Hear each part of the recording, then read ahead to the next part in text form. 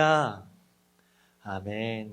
우리 좌우에 계신 분들하고 인사하겠습니다. 오늘도 승리하셨습니다. 예, 감사합니다. 오늘 수요일 날 말씀은요, 우리 성경 공부를 좀 생략을 하고요. 우리 교제 중심으로 해서 하나님을 만난 사람들, 두 사람을 한꺼번에 같이 살펴볼 수 있는 시간들을 갖도록 하겠습니다. 그래서 오늘은요, 두 사람, 첫 번째는 롯에 대해서, 아브라함의 조카 롯에 대해서 좀 살펴보고요. 그리고 이스라엘의 지도자 모세에 대해서 우리 함께 살펴볼 수 있도록 하겠습니다. 교재 첫 번째 보시면 이제 롯에 대해서 좀 나와 있는데 제목 같이 한번 읽어볼게요. 다 같이 시작. 실패자의 삶을 산 의인 롯. 실패자의 삶을 산 의인 롯에 대해서 좀 살펴볼 텐데요.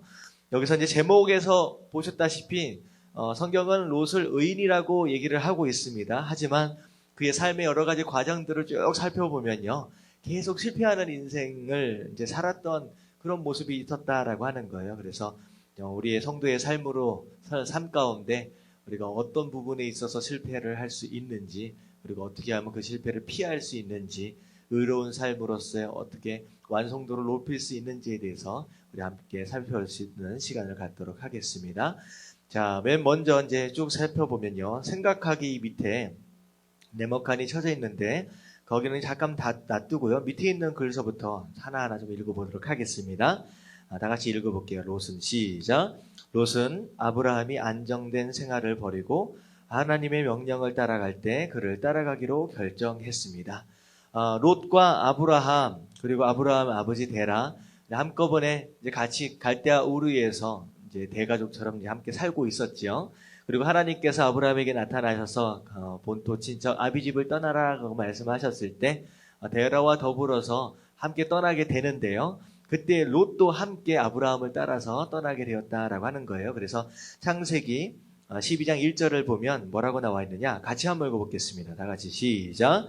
이에 아브라함이 여호와의 말씀을 따라갔고 롯도 그와 함께 갔으며 아브라함이 하란을 떠날 때 75세였더라 라고 나와 있습니다. 하나님의 말씀을 듣고 아브라함이 떠나기를 결정해서 떠날 때 롯도 아브라함과 함께 떠날 것을 함께 떠나기를 작정을 한 거죠. 그래서 함께 떠나게 됩니다. 그러고 나서 이 밑에를 보니까요, 롯에게 아브라함은 큰 아버지입니다. 아들이 없던 아브라함은 롯을 친아들처럼 아꼈고 아버지를 일찍 여인 롯 역시 아브라함을 친아버지처럼 따랐습니다. 다시 말하면 가족처럼, 아버지와 아들 사이처럼 그렇게 지냈다라고 하는 거예요. 그래서 떠난다라고 했을 때 아버지가 떠나니까 함께 떠나기로 작정을 했던 것이겠죠. 자, 보면요, 이처럼 아브라함 가장 가까이에 있던 롯은 그 영향을 받을 수밖에 없었습니다. 다시 말하면 내가 누구와 함께 하고 있느냐에 따라서 내가 살아가는 방식, 내가 살아가는 장소, 심지어는 어떤 그 모습들까지도, 습관들까지도 바뀔 수 있다라고 하는 것입니다. 아브라함이 만약에 하나님으로부터 부르심을 안 받았다라고 한다면 그냥 아브라함과 더불어서 갈대아 우르에서 쭉 살았었겠죠. 그리고 롯이 아브라함과 상관이 없는 관계였다라고 한다면 아브라함은 떠났었고 롯은 그 자리에 남아 있었을 것입니다. 다시 말하면 내가 누구와 함께, 어떤 사람들과 함께 가까이 지내느냐라고 하는 것, 심지어는 피지컬한 어떤 물리적인 어떤 가까움과 동시에 어떤 영적으로, 신앙적으로 가까이 지내는 사람이 누구냐에 따라서 그 사람부터 자연스럽게 영향을 받을 수 있다라고 하는 거예요. 이게 보면 신앙이 막 좋은 사람, 열심히 교회 나가는 사람, 열심히 기도하는 사람, 열심히 예배드리는 사람, 그 사람 주변에 있으면요, 어느덧 내가 그 사람의 영향으로 인하여서 나도 열심히 교회를 다니게 되고 나도 열심히 신앙생활을 하게 되는 거예요. 예배를 드리게 되는 거예요. 하지만 주변에 이상하게 신앙생활 잘 안 하고 뺀질거리고 그런 모습들의 사람들이 가까이 있어봐요. 원래 이런 거예요. 사실은 위에 있는 사람이 밑에 있는 사람을 끌어올리는 것보다 아래에 있는 사람이 위에 있는 사람을 끌어내리는 게 훨씬 더 쉽습니다. 그래서 주변에 신앙이 없는 사람, 정말로 그런 사람이 주변에 있으면요, 내가 오히려 그 사람을 신앙이 있도록 끌어주기보다는 오히려 딸려가는 거예요. 예배 안 나오고 막 뺀질거리고 정말 뭐 그렇게 교회 안 나오려고 그 사람 옆에 함께 있어 보십시오. 그러면 어느덧 내가 단단하게 각오하지 않으면요, 어느덧 나도 슬렁슬렁 예배에 안 나오게 되고 뭐 교회도 전부 다 자꾸 빠지게 되고 그런 상황이 벌어진다는 거예요. 그래서 여러분들 한번 생각해 보십시오. 일단은 주변에 좋은 사람들, 좋은 친구들이 있는지 그런 사람들이 좀 가깝게 될 수 있도록, 좋은 영향력을 받을 수 있도록 그런 분을 사귀시고요. 두 번째는 여러분들 스스로 다른 사람들에게 좋은 영향력을 미치는 그런 사람들이 되어야 한다라고 하는 거예요. 여러분들 좋은 영향력을 미치고 좋은 영향력을 받는 그런 사람들 되시길 주님의 이름으로 축원합니다. 아멘. 자, 밑에 보면 당신이 주로 함께하는 사람이 바로 당신에게 가장 많은 영향을 끼치고 있는 사람입니다. 당신은 어떤 사람 곁에 주로 머물고 있습니까? 이 질문 가운데 누구와 함께 있는지 여러분들 점검해 보시고 좋은 영향력과 좋은 영향력을 받는, 그리고 주고받는 그런 사람들이, 그런 관계들이 되어야 한다라고 하는 거 기억하십시오. 그래서 1번의 네모칸에 들어가야 할 답이 무엇이겠습니까? 누구를 따라 나선 롯? 아브라함을 따라 나선 롯. 이렇게 쓰시면 되겠습니다. 그래서 네모칸 안에 아브라함 쓰시면 됩니다. 자, 그리고 나서 롯이 아브라함을 따라서 갈대아 우르를 떠났어요. 그리고 하란을 거쳐서 드디어 가나안 땅 안으로 내려왔습니다. 근데 무슨 일이 벌어졌느냐? 가나안 땅에서 기근을 만나게 되었다라고 하는 거예요. 그래서 어려움을 겪게 됐는데, 그래서 사실은 아브라함이 불신앙으로 인하여서 하나님 앞에 물어보지 않고 기도하지 않음으로 인해서 애굽 땅으로 내려가게 되지요. 그래서 2번을 보면요, 2번을 보면 우리 같이 아브라함은 저부터 같이 한번 읽어볼게요. 시작. 아브라함은 가나안 땅에 기근이 닥치자 불신앙으로 애굽으로 내려간 적이 있습니다. 당시 애굽은 한마디로 새로운 세상과 같은 풍요로운 땅이었습니다. 그러나 아브라함은 애굽 땅에서 겪은 일을 통하여 물질적인 것보다 하나님만을 의지하는 신앙을 성장시키게 되었습니다. 자, 무슨 얘기냐? 아브라함은 갈대아 우르, 어떻게 보면 시골이에요, 시골. 뭐 그렇게 큰 동네가 아닙니다. 사람들과 그냥 가족들끼리 어울려서 사는 그런 동네에 살다가 하란을 거쳐서 가나안 땅에 들어갔어요. 가나안 땅은 아무도 없는 땅입니다. 비어있는 땅이에요. 하나님께서 아브라함을 위하여서 예비해 놓으신 땅입니다. 불과 누군가 살았다라고 한다면 주변에 뭐 조그만 족속들이 좀 살았었겠지요. 그런데 그 가나안 땅을 또 떠나서, 기근 때문에 떠나서 애굽이라는 동네로 들어갔는데, 이 애굽이라고 하는 동네는 전에 살던 동네와 하란이나 아니면 갈대아 우르나 가나안과는 완전히 차원이 다른 동네였다는 거예요. 여기는 소위 말하는 도시입니다. 나라가 그 당시 그 지역에서 가장 강력한 나라로 부상하고 있던 이집트 나라, 그 동네에 들어간 거예요. 그리고 나일강으로 중심으로 해서 엄청난 농업과 축산업과 이런 것들이 막 발달을 하고 있는 그런 상황이었습니다. 그러니까 거기 가서 보니까 완전히 새로운 세계였고, 와, 이렇게 잘 사는 나라도 있구나, 와, 이렇게 풍성한 땅도 있구나라고 하는 것을 경험하게 되었었죠. 그런데 거기서 무엇을 경험합니까? 잘못함으로 인해서 아브라함이 와이프를 딱 보니까, 사라를 보니까 너무 이쁜 거예요. 그래서 이제 혹시나 이 사라를 뺏어가기 위해서 자기를 죽일까 해가지고 이 사라를 갖다가 뭐라고 속였느냐? 내 누이라고 속였습니다. 그래서 아니나 다를까 애굽의 바로한테 자기 와이프를 뺏겼어요. 그러니까 이방에 이제 갔는데 여러 가지 재물들과 이런 것들 풍성함을 누리긴 했지만 와이프를 뺏겼으니 얼마나 황당합니까? 결국은 하나님의 은혜로 다시 와이프를 돌려받게 되었지만, 그런 상황을 통해서 아브라함은 깨달음이 있었죠. 내가 정말로 하나님만 의지했었어야 되는데, 정말 내가 하나님께 묻고 그렇게 신앙생활을 했었어야 되는데 내가 실수했구나라고 하는 그런 의미로서 애굽 땅에서의 경험을 정말로 실패를 통하여서 좋은 교훈으로 아브라함은 삼았다라고 하는 거예요. 자, 그랬는데 지금 롯에게 있어서는 애굽 땅에서의 경험이 아브라함과는 좀 차원이 다를 수 있었다라고 하는 거예요. 롯 같은 경우에는 와이프를 뺏긴 게 아니잖아요. 그냥 옆에서 이제 구경만 한 거예요. 더군다나 애굽 땅에서 풍성한 것들을 누리면서 이렇게 보니까 와, 이렇게 잘 사는 인생들도 있구나라고 하는 것들을 새로운 경험을 한 것이죠. 자, 그게 이제 나중에 세월이 흘러서 어떤 식으로 반응이 나오느냐. 밑에 보면 애굽에서 돌아온 아브라함은 롯과의 관계에서 물질적인 문제로 인하여 다툼이 생기자 모든 것을 양보하는 태도를 보이고 있습니다. 자, 무슨 일이 벌어졌느냐? 애굽 땅에서 나올 때에 많은 재물을 또 끌고 나오게 됩니다. 그래서 조금 풍성함을 누리게 되었어요. 근데 롯도 나름대로의 재산이 있었고요. 재산이다라고 한다면 양떼들이나 약떼들, 소떼들 이런 것들이겠죠. 그리고 아브라함도 어느 정도의 이제 재산들이 있었어요. 근데 함께 이렇게 살다 보니까 각자 점점 가지고 있는 약떼와 양떼들이나 이런 이제 재산들이 막 불어나게 되는 거죠.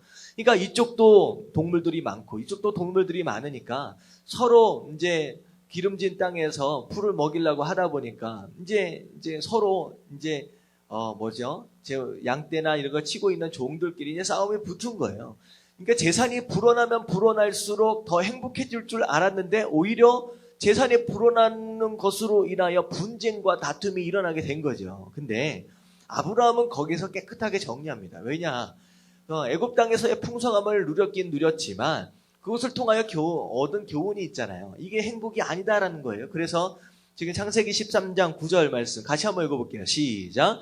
내 앞에 온 땅이 있지 아니하냐? 나를 떠나가라.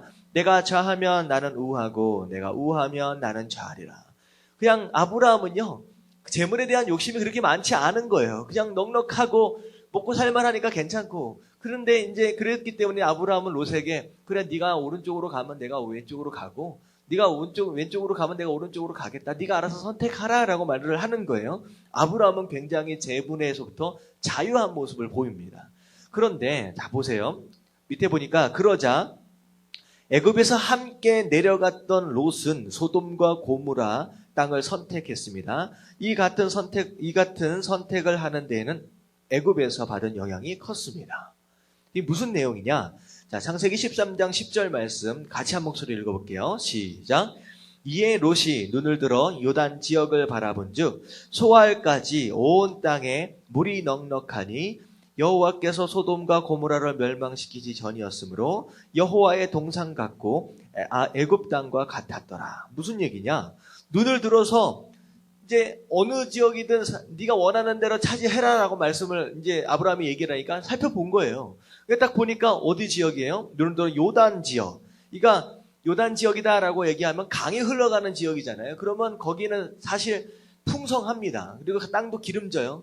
그와 동시에 사람들도 많이 있었겠죠. 이게 딱 보니까 소돔과 고모라가 있는 거예요, 도시들이.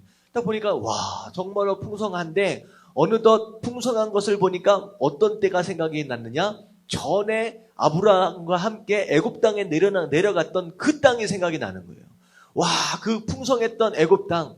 와, 이 땅에 들어가면 나도 이제 애굽 땅에서 봤던 것처럼 그런 풍성함을 내가 누릴 수 있겠구나라는 그런 생각이 드는 거죠. 옛날 애굽에서의 그런 마음. 그래서 어떻게 됐느냐? 마지막에 보면 사실 롯이 선택한 소돔은 하나님 여호와 앞에 큰 죄악의 도시였습니다. 하지만 애굽의 영향으로 물질주의에 빠진 롯에게는 그 땅이 에덴 동산처럼 보였던 것입니다. 다시 말하면 에덴 동산, 하나님의 땅이다, 여호와의 동산이다라고 한다면 하나님이 다스리는 곳, 하나님의 임재가 있는 곳, 하나님이 역사하시는 곳이 그게 바로 여호와의 동산이거든요. 근데 아브라함은 아는 거예요. 하나님과 함께 하는 것이 진짜 천국이고 그게 진짜 행복이라는 거. 근데 롯이라고 하는 이 사람은 그저 과거에 잠깐 보고 왔던 그 애굽 땅의 풍성함, 물질주의, 정말로 그것들만 보고 온 거예요. 그래서 하나님 없든 있든 그것은 별로 관심이 없고 그냥 물질만 많고 풍성하면 와 여기가 에덴 동산이구나 라고 생각해버릴 정도로 그런 모습으로 변질되어 있었다라고 하는 거예요. 여러분들 정말로 에덴 동산이 어디겠습니까? 진짜 천국이 어디겠습니까? 아무리 물질이 풍성하게 많다라고 해도 거기에 하나님이 계시지 않으면요 거기는 더 이상 에덴 동산이 아니다라고 하는 거 여러분들 깨달아지시길 주님의 이름으로 축원합니다. 그게 중요해요. 보세요. 오히려 재물이 많아지는 것으로 인하여서 아브라함과 이 조카 롯이 서로 다툼이 생겼다는 거예요. 오히려 재물이 없었을 때는요 없은 만큼 행복했어요. 근데 이 재물이 있어짐으로 인하여 서로 싸우게 되는 이 모습을 보면요 진정한 행복은 물질의 풍성함으로 인하여 오는 것이 아니다라고 하는 걸 알아야 된다라고 하는 거예요. 그래서 롯은 물질의 풍성함을 본 그 애굽 땅의 경험으로 인하여 조금씩 변질되어서 하나님이 계시는 것과 계시지 않은 것, 그런 것과는 상관이 없이 물질이 풍성한 그 장소를 향하여 그대로 따라갔다라고 하는 그런 모습. 우리가 롯을 통하여서 무엇이 중요하냐, 무엇이 중요하지 않느냐, 덜 중요하냐라고 하는 것들을 좀 생각해 볼 필요가 있다라고 하는 것입니다. 그래서 이번에 답이 뭐가 되겠습니까? 무엇에 매료된 롯? 자, 여기 안에는 애굽이라고 하는 단어가 들어가면 되겠습니다. 애굽에 매료를 당했다라고 하는 거. 자, 그리고 나서 3번은 같이 한번 읽어볼게요. 제목 시작. 소돔에 뿌리 내린 롯. 자, 밑에 이렇게 한번 읽어보면요. 소돔으로 내려간 롯은 주변 국가들과 전쟁에 휘말려 적대국의 왕에게 사로잡혀 가게 되었습니다. 이 소식을 들은 아브라함은 즉시 자기 군사를 이끌고 쫓아와 롯을 비롯한 소돔의 모든 백성과 재물을 구출했습니다. 소돔 왕은 이 같은 아브라함의 도움에 감사하여 탈환한 재물을 모두 가지라고 말했습니다. 그러나 아브라함은 소돔 왕이 제안한 물질에 아무런 관심도 없었으며 오직 하나님이 주시는 영적인 축복만을 구하였습니다. 자, 소돔에 들어가서 이제 살게 되었는데 주변 국가들끼리 전쟁이 일어난 거예요. 그랬는데 어찌되었든 소돔에 살고 있던 롯이 살고 있던 소돔 국가가, 소돔 나라가 그 전쟁에서 지게 된 거죠. 전쟁에서 지게 되니까 어떻게 됐겠습니까? 한꺼번에 롯도 그 소돔 사람들과 더불어서 포로로 그냥 끌려가게 된 거예요. 모든 재산을 다 뺏기고 끌려갔더니 이제 이 얘기를 아브라함이 듣고서 비록 좀 다투고 조금 그런 가운데 떠나갔지만 그래도 조카잖아요. 사랑하는 아들처럼 생각했던 조카. 그래서 군사들을 이끌고 정말로 대단한 거예요. 사실 나라들끼리 싸워가지고 졌는데 나라를 상대로 개인이 군사들 이끌고 간 거예요. 얼마나 되겠습니까? 근데 그 롯을 목숨 걸고 구해가지고 결국은 전부 다 구출을 하고 또 여러 가지 이제 재물들까지도 다 뺏어서 가지고 오게 된 거죠. 근데 이제 거기서 이제 전쟁에 이겨서 이제 여러 가지 물건들, 이제 그런 것들, 탈환한 재물들을 가지고 왔는데 어떻게 보면 이거 다 아브라함 건데도 불구하고 아브라함은 다 돌려줍니다. 다 돌려주고 나는 하나님께만 축복받으면 된다라는 마음으로 그렇게 이제 반응을 한 거예요. 어떻게 보면 아브라함은 참 이렇게 재물에 대해서 그렇게 집착하지 않는 것을 봅니다. 근데 오히려 재물에 집착하지 않으니까 더 부자가 되는 것 같아요. 하나님의 축복만을 간구하고 하나님의 은혜를 간구하는 이런 모습을 보니까 오히려 재물을 탐하지 않음에도 불구하고 재물을 막 채워주시는 모습을 봅니다. 자, 그럴 때 자, 롯은 다 같이 한번 읽어볼게요. 시작. 롯은 자기가 당한 시련과 아브라함의 이 같은 신앙적인 모습을 보면서 그제라도 깨닫고 소돔을 떠나야 했습니다. 자, 무슨 얘기예요? 그렇게 살다 보니까 어떻게 됐어요? 전쟁에 휘말려가지고 이런 여러 가지 고난들을 당하게 되잖아요. 그때 정도 되면 이런 물질적인 풍성함이 행복을 주는 것이 아니다라고 하는 걸 좀 깨달으면 좋을 것 같은데 심지어 죽을 뻔했거든요. 전쟁에서 졌는데 거기서는 죽였으면 그냥 죽는 거잖아요. 포로로 끌려갔으면 종으로 살 뻔했거든요. 근데 이런 상황, 이런 경험들을 했으면 그래도 이제 정신을 좀 차리고 이제 돌아설 수 있었어야 되는데 이게 웬일입니까? 어떻게 됐냐? 그럼에도 불구하고 아브라함의 그 신앙이나 그런 기회들, 다시 말하면 소돔으로부터 나올 수 있는 기회를 그냥 지나쳐 가는 거예요. 다시 또 소돔으로 또 들어갑니다. 자, 그렇게 해서 살게 되었다라고 하는 거예요. 자, 보면요, 창세기 하지만 롯은 더욱더 그 사회에 뿌리를 내렸습니다. 오히려 소돔이라는 지역에 아예 자리를 잡아버렸다라고 하는 거예요. 자, 창세기 19장 2절을 보니까 저녁 때에 두 천사가 소돔에 이르니 마침 롯이 소돔 성문에 앉아 있다가 그들을 보고 일어나 영접하고 땅에 엎드려 절하였다라고 하는, 이게 사실은 지나칠 수 있는 문장이지만 이게 굉장히 커다란 의미가 있습니다. 롯이 소돔 성문 앞에 앉아 있었다라고 하는 건 이게 무슨 의미냐? 밑에 같이 한번 읽어볼게요. 고대 사회에서 시작. 고대 사회에서 성문은 지도자들의 회의를 하는 장소였습니다. 롯은 소돔 성에서 완전히 기반을 잡고 정착했던 것입니다. 그러니까 어느 정도 자리까지 차지했느냐? 성문 앞에 앉아있을 정도였다. 다시 말하면 성문 앞은 재판이 있는 장소예요.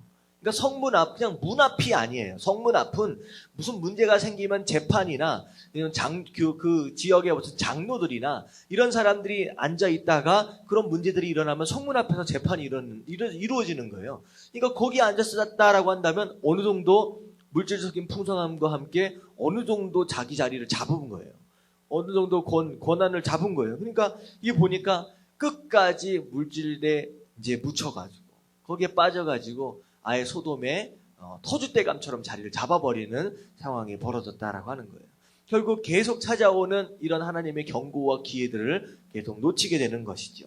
자, 그러고 나서 4번을 보면 자, 롯은 또 어떤 사람이었느냐? 같이 한번 읽어볼게요. 4번 시작. 고통하면서도 지체하는 롯 이렇게 표현하고 있는데 자, 밑에 보면요. 소돔성에 사는 롯은 마음으로 많은 고통을 겪어야만 했습니다. 자, 이게 의인으로서의 삶이라는 거예요.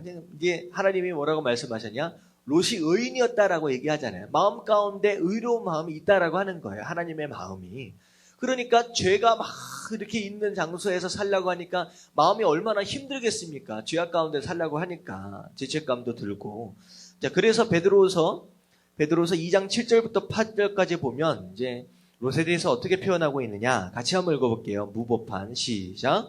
무법한 자들의 음란한 행실로 말미암아 고통당하는 의로운 롯을 건지셨으니 이는 이 의인이 그들 중에 거하며 날마다 그 불법한 행실을 보고 들음으로 그 의로운 심령이 상함이라.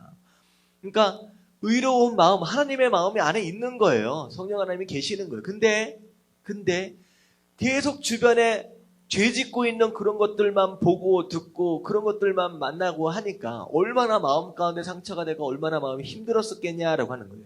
근데 그럼에도 불구하고 그 자리에 그냥 있어서 살고 있었다라는 거예요. 자, 보면 그러나 뒤 페이지를 보면 그러나 롯은 이 죄에서 벗어나는 데는 계속해서 지체했습니다. 빨리 자기가 살아야 할 장소가 아니다라고 여겨진다라고 한다면 빨리 나오면 되잖아요. 근데 계속 지체하는 거예요. 왜 지체하겠습니까? 만약에 그 자리를 떠나면 그가 누리고 있는 이 풍성함과 이 여유로움 그리고 자기의 어떤 그 위치 이런 것들을 다 포기해야 되거든요. 그러니까 떠나질 못하는 거예요. 그러니까 있으면서 힘들고 마음은 아닌 것 같은데 죄책감도 들고 이건 아닌 것 같은데 그런 마음이 계속 들지만 떠나자고 하자니 지금 누리고 있는 것들을 다 놓칠 것 같고 여러분들 이런 사람도 굉장히 많습니다. 신앙생활 한다고 하지만 성도로서 삶을 산다라고 하지만 정작 떠나야 이 자리가 아니다라고 하는 것을 하나님은 분명히 경고하고 있음에도 불구하고 끝까지 떠나지 않는 거예요. 고집 부리고 앉아있는 거예요. 그러니까 그 고집 부리는 것으로 인하여 결국은 온 가족을 다 잃어버리게 되는 상황이 벌어지는 거예요. 보세요. 자, 창세기 19장 15절부터 16절까지 같이 한번 읽어보도록 하겠습니다. 시작. 동틀 때에 전사가 롯을 재촉하여 이르되 일어나 여기 있는 내 아내와 두 딸을 이끌어내라. 이 성의 죄악 중에 함께 멸망하게 하노라. 그러나 롯이 지체하매 그 사람들이 롯의 손과 그 아내의 손과 두 딸의 손을 잡아 인도하여 성 밖에 두니 여호와께서 그에게 자비를 더하시며더라. 얼마나 말을 안 듣는 거예요. 빨리 지금 이 성이 망하는데 죄악으로 인하여 침판을 받는데 빨리 떠나야 되는데 계속 뒤돌아보면서 떠나지 못하고 있는 거예요. 그러니까 이 천사들이 어떻게 했어요? 손이라도 잡고서 끌어냈다라고 하는 거예요. 사실 이게 은혜잖아요. 은혜. 자비하심입니다. 결국은 그냥 자유의지에 맡겨서 그냥 떠나면 떠나고 말면 말지 그냥 내버렸으면 어떻게 됐겠습니까? 그냥 소돔섬과 더불어서 망할 수밖에 없었다라고 하는 거예요. 근데 하나님의 은혜로 그냥 끌어냈다라는 거예요. 여러분들 내가 신앙생활을 할 때 어떤 식으로 살고 있는지 좀 돌아보면 좋을 것 같아요. 분명히 내가 서 있는 위치, 내가 머물고 있는 이 자리가 하나님께서 기뻐하시는 자리가 아니다라고 하는 것 사인을 하나님이 주심에도 불구하고 끝까지 지체하면서 머물러 있다라고 한다면 여러분들 빨리 나오시길 주님의 이름으로 축원합니다. 여러분들 마지막 순간에 하나님이 손잡고 끌어내시지 않으시면요 그냥 함께 멸망하는 거예요. 여러분들 신앙이라고 하는 것은 내가 어디에 있어야 하는 것을 정확하게 알고 내가 있어야 할 그 자리를 끝까지 지키는 것이 신앙생활이라고 말씀을 드렸잖아요. 먼저 자리를 지키기 전에 지금 서 있는 여러분들의 자리가 어떤 자리인지 점검할 수 있어야 돼요. 롯처럼 죄악으로 막 이렇게 되어 있는 그런 장소에 서 있는지, 그리고 떠나려고 하니까 잃어버릴 것들, 손해볼 것들 때문에 떠나지 못하고 주저주저 하고 있지는 않는지 여러분들 돌아볼 수 있고, 그리고 그 자리가 아니다라고 한다면 과감하게 포기하고 떠날 줄 아는 것이 진짜 신앙이라고 하는 거 여러분들 깨달으시길 주님의 이름으로 축원합니다. 아멘. 자, 그래서 밑에를 보면 이처럼 죄악 가운데 사는 신자 롯의 삶은 윤리의식이 마비되었고 이러 아무런 영향력도 끼칠 수 없었습니다. 그런 죄악 가운데서 살다 보니까 어느덧 의인임에도 불구하고 점점 변질되기 시작하는 거예요. 자, 그래서 어떻게 되었느냐? 1번 밑에를 보니까 뭐라고 쓰시면 되냐면요.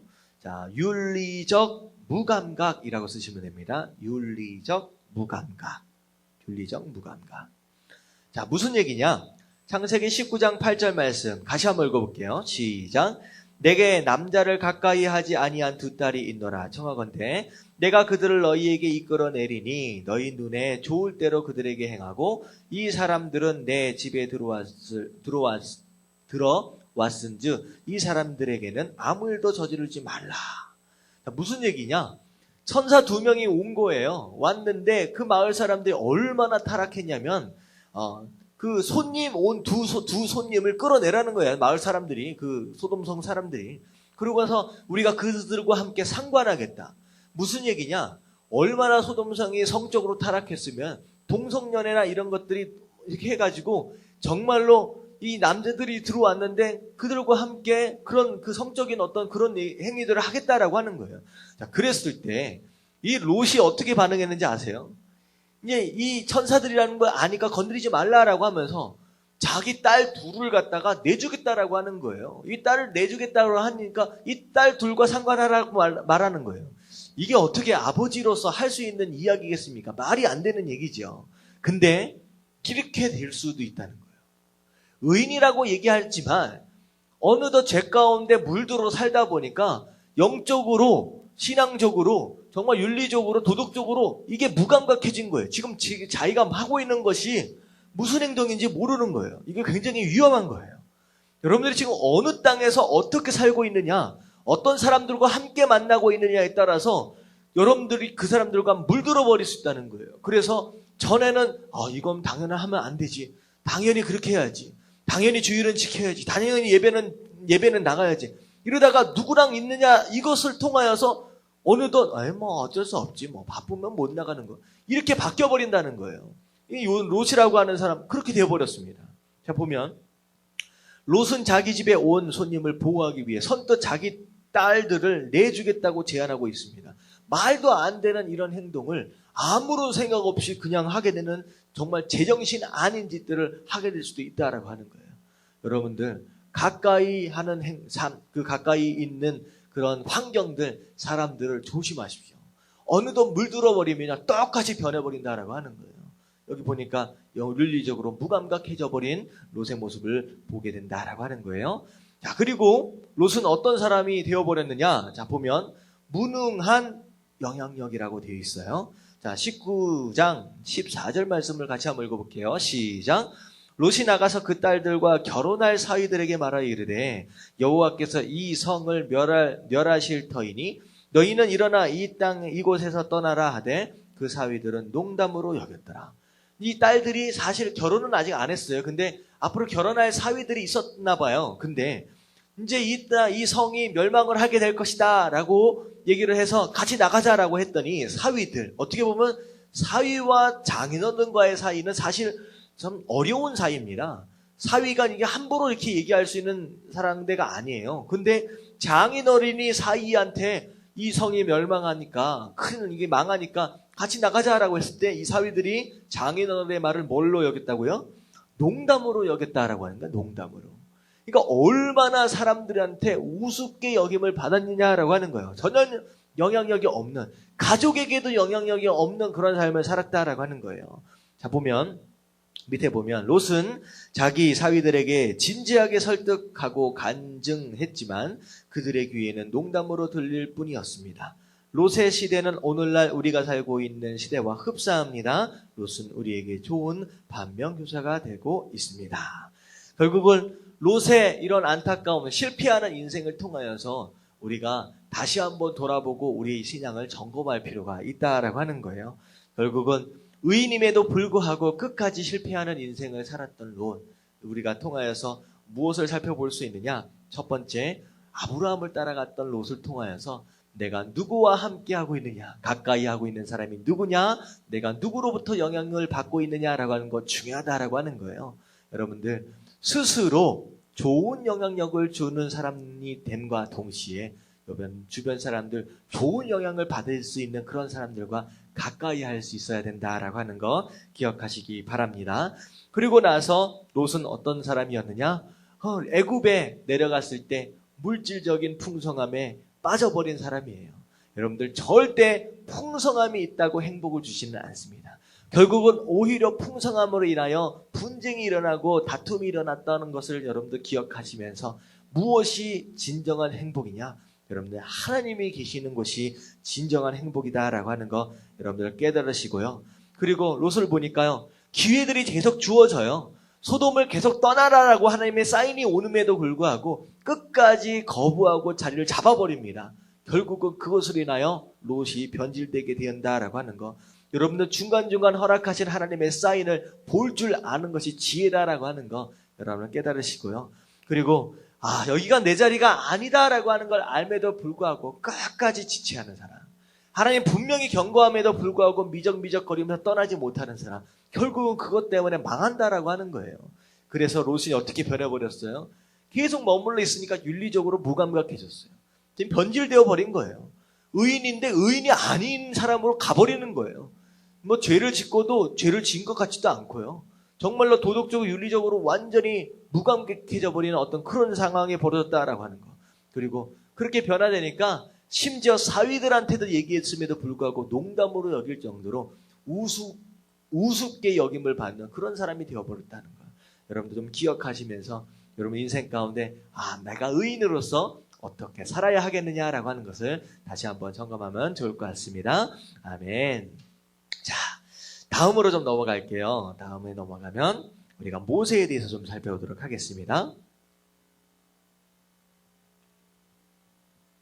자, 모세. 제목 같이 한번 읽어볼게요. 다 같이 시작. 자가 깨어진 사람 모세.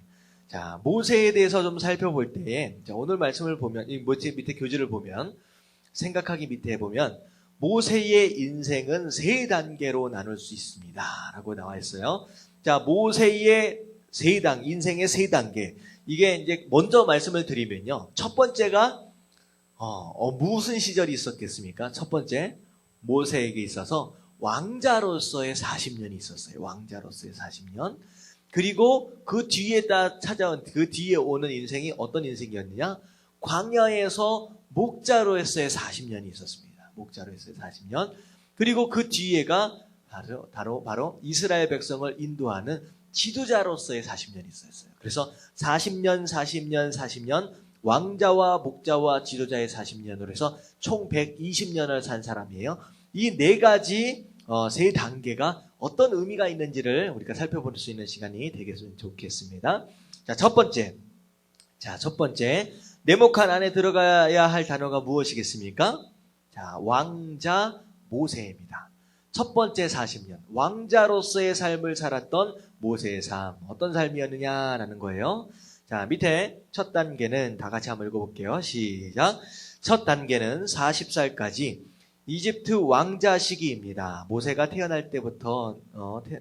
태어날 때부터 아주 준수한 아이였습니다. 그리고 모세는 총명하여 제왕의 학문에 두루 뛰어났으며 정치에 박학한 사람으로 성장해 갔습니다. 처음에는 비록 이스라엘 히브리 사람으로 태어났지만 왕자로서의 삶을 처음부터 살게 되었다라고 하는 거예요. 태어날 때부터 아주 잘생긴 아이였습니다. 그리고 똑똑한 아이였다라고 하는 거예요. 그래서 사도행전 7장 22절을 보면 다시 한번 읽어볼게요. 시작. 모세가 애굽 사람의 모든 지혜를 배워 그의 말과 하는 일들이 능하더라. 그러니까 어정쩡하게 그냥 그런 식으로 살았던 것이 아니라 왕자로서 뛰어난, 지혜도 뛰어나고 능력도 뛰어나고 그냥 괜찮은 잘 나가는 그런 인생이었다라고 하는 거예요. 자, 그뿐 아니라 모세의 가슴 속에는 아무도 모르게 하나님에 대한 믿음과 압제받는 자기 민족에 대한 애정, 그리고 민족 해방에 대한 열정이 끓어오르고 있습니다. 비록 왕자로서, 애굽의 왕자로서 살았지만 자기가 어느 민족 사람인지 아는 거예요. 히브리 사람이라고 하는 것을 알고, 그리고 그 민족을 또 사랑하는 마음까지 있었어요. 그리고 그 민족들을 구원해야 되겠다라고 하는 그런 마음까지도, 그런 마음이 있었다라고 하는 거예요. 그래서 히브리서 11장 24절부터 25절까지 말씀 같이 한번 읽어보면요. 시작.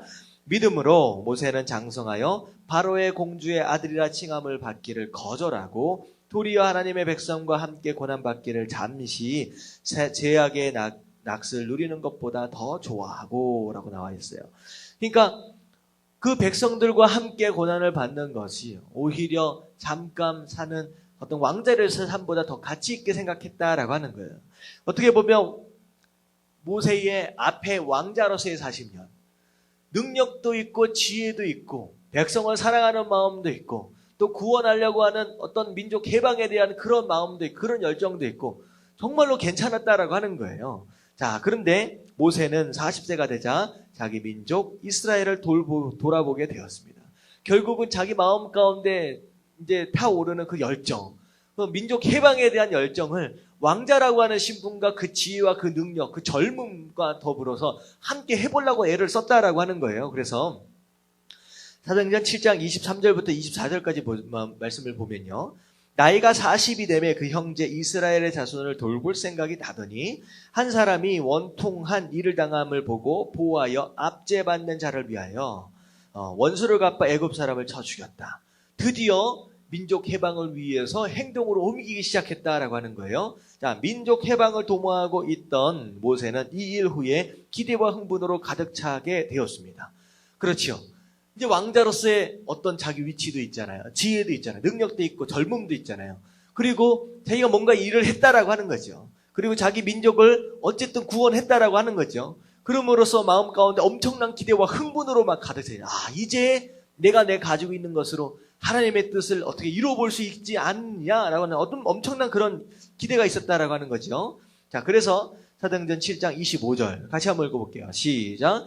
그는 그의 형제들이 하나님께서 자기의 손을 통하여 구원해 주시는 것을 깨달으리라고 생각하였으나 그들이 깨닫지 못하였다. 문제는 무엇이냐? 모세는 자기 손으로 하나님께서 이스라엘 백성들을 구원하시지 않을까라고 하는 그런 마음이 있는 걸 아는 거예요. 근데 백성들은 모르는 거예요. 이게 문제인 거예요. 그 결과 어떻게 됐어요? 기대와는 달리 자기 백성들에게, 민족들에게 버림을 받습니다. 민족들이 싸우는 걸 보고서 왜 둘이 우리 민족들이 싸우냐라고 얘기하니까 얘기를 하는 거야. 우리가 언제부터 너를 재판장으로 삼았느냐. 다시 말하면 자기가 왕자로서의 삶을 애굽에서 살았잖아요. 애굽의 왕자로서의 삶을 애굽을 버리고 이스라엘 백성들을 구원하려고 그들에게 갔는데 오히려 그들에게도 버림을 당하는 거예요. 그러니까 어느 쪽에도 애굽에도 속할 수 없고 이스라엘 민족에도 속할 수 없는 자기 정체성에 문제가 생기고 어디에도 속할 수 없는 이방인이 되어버린 거죠. 근데 어떻게 됐어요? 실패한 실패자가 되어 광야로 도망가는 신세가 되었는 것이었습니다. 어디에도 속할 수 없으니까 어디에도 머물 수 있는 장소가 없는 거예요. 결국은 아무도 없는 광야로 도망쳐 나올 수밖에 없었다라고 하는 거죠. 자, 여기서 우리가 이제 질문을 하게 되는 거예요. 자, 무슨 질문이냐? 자, 밑에 보면요. 하나님은 함께 한번 읽어볼게요. 시작. 하나님은 왜 이처럼 모든 부분에서 준비된 인생 황금기의 모세를 사용하지 않았을까요? 왜 하나님은 자기의 안위를 버리고 민족 독립을 도모하던 모세가 실패하도록 그냥 내버려 두셨을까요? 왜 그랬었을까요?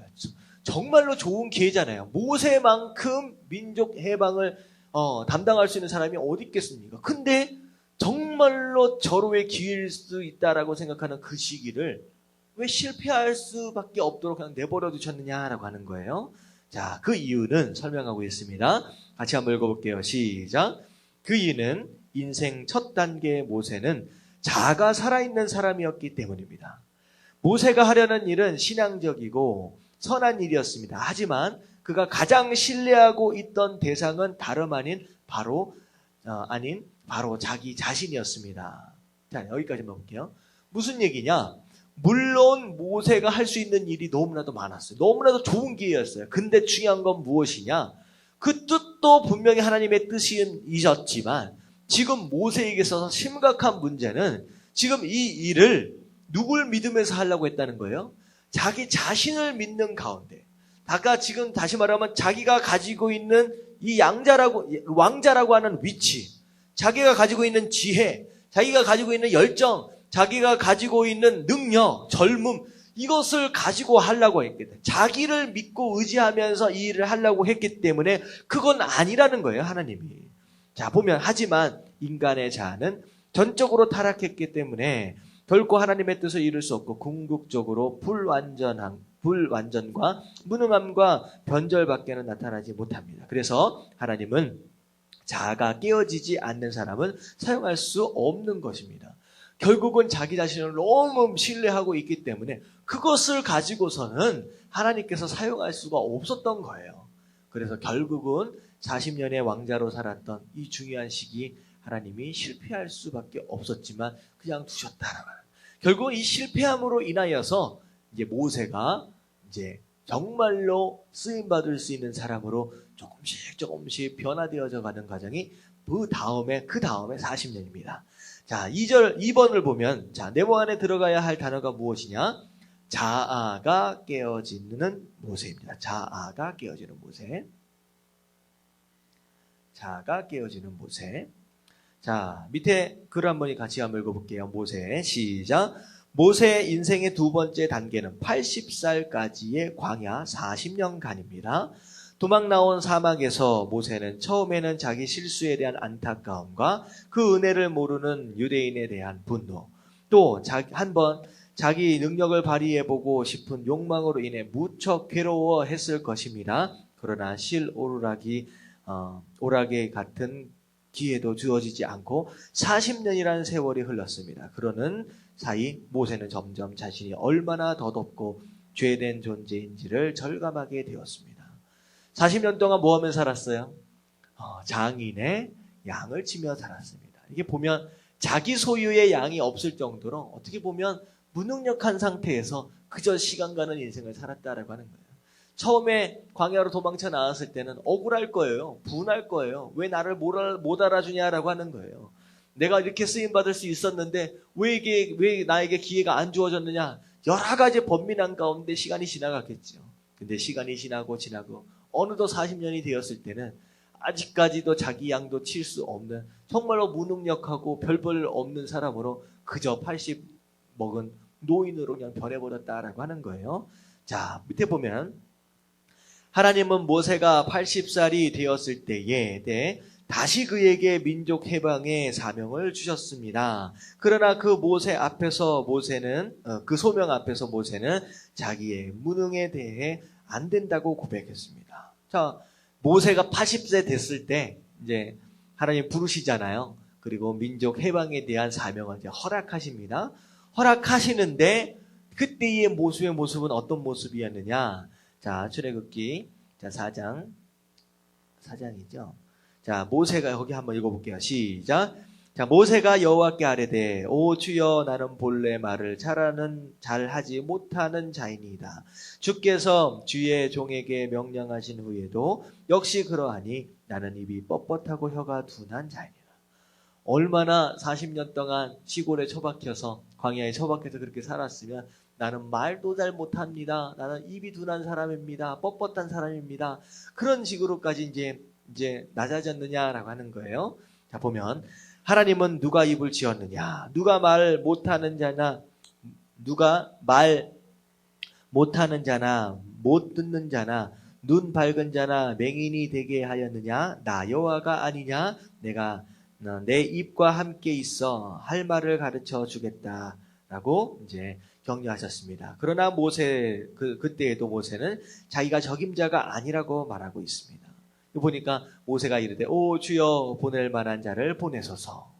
그러니까 자기 처지를 보니까 능력 없고 힘 없고 이런 모습을 보니까 아유, 나는 쓸모없는 사람이다. 어디다 갖다가 나를 쓸까? 하나님, 도대체 선택하려면 제대로 쓸만한 사람을 좀 선택하시지 어찌하여 나를 선택하시는가? 나 다 늙어버렸고 말도 잘 못하고 이렇게 되어버렸는데 지금 그런 모습으로 변해버린 거예요. 어떻게 보면 앞에 왕자로서의 40년과 비교해본다면 완전히 바뀐 상황. 그러니까 다시 말하면 40년 동안 왕자로서의 살 때는 어떤 모습이었냐? 나는 왕자다는 거예요. 나는 something, 나는 무엇인가 할 수 있는 대단한 사람이다. 그러니까 나는 something이라고 생각할 때 그때는 하나님이 사용하실 수가 없는 거예요. 근데 지금 어떤 모습으로 변해버렸어요? 나는 nothing입니다. I am nothing으로 변해버려요. 나는 아무것도 할 수 없는 존재입니다. 이렇게 변해버린 거예요. 자, 그래서 뒷장에 보면 모세는 같이 한번 읽어볼게요. 시작. 모세는 하나님께서 진노하실 때까지 진심으로 그 사명을 거절하고 있습니다. 그는 광야 40년 동안 자아가 완전히 깨어지게 된 것입니다. 그런데 하나님은 자신감과 포부로 가득 찬 야망의 왕자 모세를 사용하는 것이 아니라 자기에 대해 완전히 포기해버린 바로 이 모세를 들어 그것도 가장 위대하게 사용했습니다. 무슨 얘기냐? 나는 왕자 모세입니다. I am something이라고 할 때는 하나님이 사용하실 수가 없다는 거예요. 왜? 자기 자신을 너무 믿고 있기 때문에. 자기 스스로 뭔가 할 수 있다라고 생각하기 때문에. 하지만 오늘 모습을 두 번째 모습을 보면요. 하나님, 나는 스스로 아무것도 할 수 없는 존재입니다 라고 고백을 하니까 그때야 하나님이 이제 되었다라는 거예요. 이때 내가 쓸만한 존재가 되었다라고 하는 거예요. 여러분은 마찬가지입니다. 내가 이 땅을 살면서 사명을 감당한다라고 했을 때 하나님, 내가 누군데요?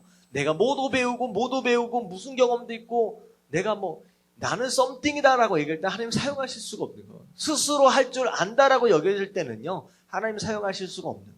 하지만 하나님 앞에서 정말로 이 모세처럼 겸손하게 하나님, 나는 nothing입니다. 나는 아무것도 할 수 없는 존재입니다. 스스로 할 수 있는 것이 아무것도 없습니다. 라는 정말로 낮아질 때 그제서야 하나님께서 사용할 만한 도구가 되어질 수 있다라고 하는 거.